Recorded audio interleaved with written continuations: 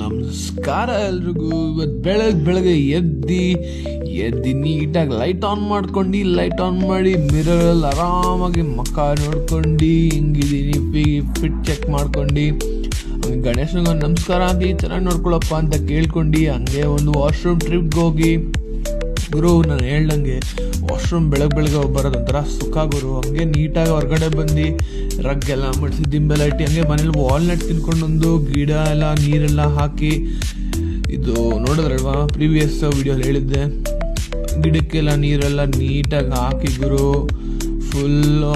ಆಮೇಲೆ ಟೆರಸ್ ಹತ್ತಿ ಹೋಗಿ ಸುಮ್ಮನೆ ಹಂಗೆ ವಿಟಮಿನ್ ಡಿ ತೊಗೊಂಡು ಸನ್ರೈಸಿಂದ ಆರಾಮಾಗೆ.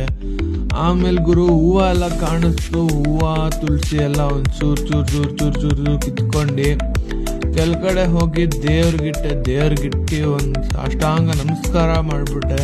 ಆಮೇಲೆ ತಿಂಡಿ ತಿಂದಾದ್ಮೇಲೆ ವಾಪಸ್ ನಾವು ಅಮ್ಮ ಹೋಗೋ ಬಟ್ಟೆ ಒಣಗಾಕ್ಬಾರೋ ಒಂದು ಸೂರ್ಯ ತಲೆ ಮೇಲೆ ಬಂದ್ಬಿಡ್ತು, ಸಕ್ಕತ್ತಾಗಿ ಬಿಸಿಲಿದ್ದು ಗುರು. ಎಲ್ಲ ಬಟ್ಟೆ ಎಲ್ಲ ಆರಾಮಾಗಿ ಒಣಗಾಕಿದ್ಮೇಲೆ ನೀಟಾಗಿ ದೇವಸ್ಥಾನಕ್ಕೆ ಹೋದೆ ಗುರು. ಸಾಯಿಬಾಬಾನ ದೇವಸ್ಥಾನಕ್ಕೆ ಹೋಗಿ ಅಲ್ಲೊಂಚೂರು ಪೀಸ್ ಆಫ್ ಮೈಂಡು. ಇವತ್ತು ಅನ್ನದಾನ ಕೊಟ್ಟಿದ್ದೆ, ಅದಕ್ಕೆ ಊಟ ಸಿಕ್ತು. ಮತ್ತು ಹಂಗೆ ಮನೆಗೆ ಬಂದು ಪ್ರಸಾದ ತಿಂದು ಕೇಸರಿ ಬತ್ತು ಗುರು. ಗೋಜಿರೋ ಐಸ್ ಕ್ರೀಮ್ ತಿಂದೆ ಇವತ್ತು, ಬರೀ 140 ಕ್ಯಾಲರೀಸು.